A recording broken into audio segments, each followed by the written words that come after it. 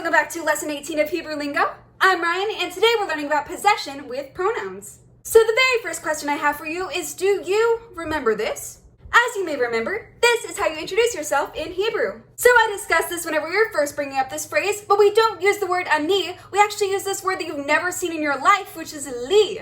Well, today you're about to see it in your life. It might come to surprise you that it is no coincidence that li begins with a lamed, just like the preposition le from last lesson. And that is because li is actually an adaptation of the word ani to become a possession form. So that means, unfortunately, we cannot use the term le ani because that is completely ungrammatically correct. There's actually an entire new set of pronouns to learn for possession, which sounds super scary, but I promise you, they actually have a lot of similarities with their original counterparts. So, we're gonna learn all of that today. And we're going to be comparing and contrasting to the old version so that you guys kind of can make sense of it all. So without further ado, here is the entire chart of all of the new pronouns.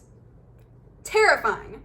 But absolutely no worries, we will be focusing on all of them individually. So all of them are li, lach, lecha, lachen, lachem, la, lo, lahen, lahem, and lanu.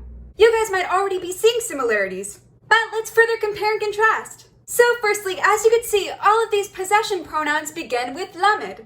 This is the basic building blocks of all the possession pronouns. Secondly, as you might see, all of the literal translations are to the pronoun, to me. That is because these pronouns are ultimately used for a broad array of things. And that often includes possession. You also use these in the exact same place in a sentence that you would use le yeled, or le object. So in this case, for the word li, it would be shel li. So let's talk specifically about this transformation. Both ani and li end in e, which is what li retained from the original version of the word. So it's kind of like the blurring of the two words, le and ani, li. So let's talk about the two U's. As you can see, they're actually spelled the same in Hebrew, but they are pronounced differently. So at turns into lach, and ata turns into lecha.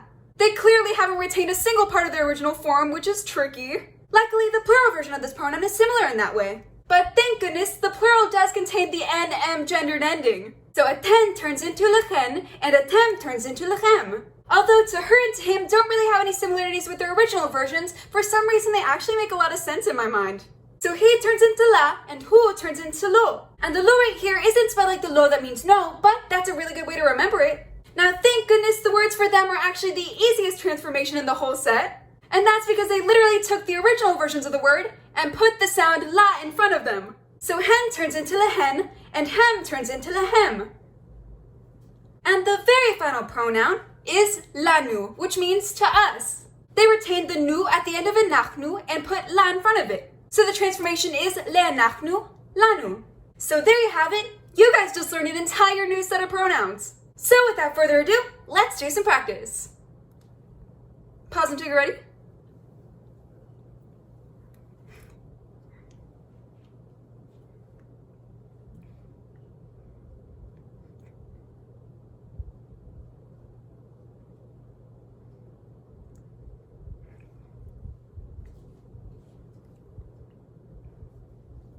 Are you unpaused? Okay, well this actually has two different versions. So you could have either gotten yesh lach sefer or yesh lecha sefer, which both mean, do you have a book?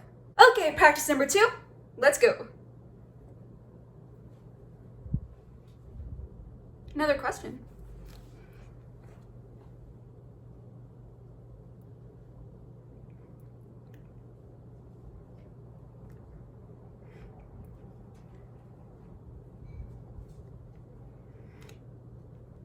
Do you think you have it? Okay, well this complicated sentence right here says yesh lehen or en lehen, which means do they have or do they not have? And the very final practice of the day, a bit easier than last time.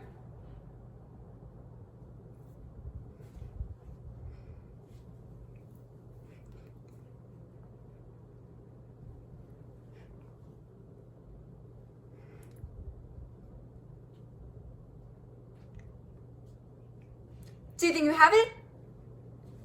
Okay, well this sentence right here says yesh la afarsek, which means she has a peach.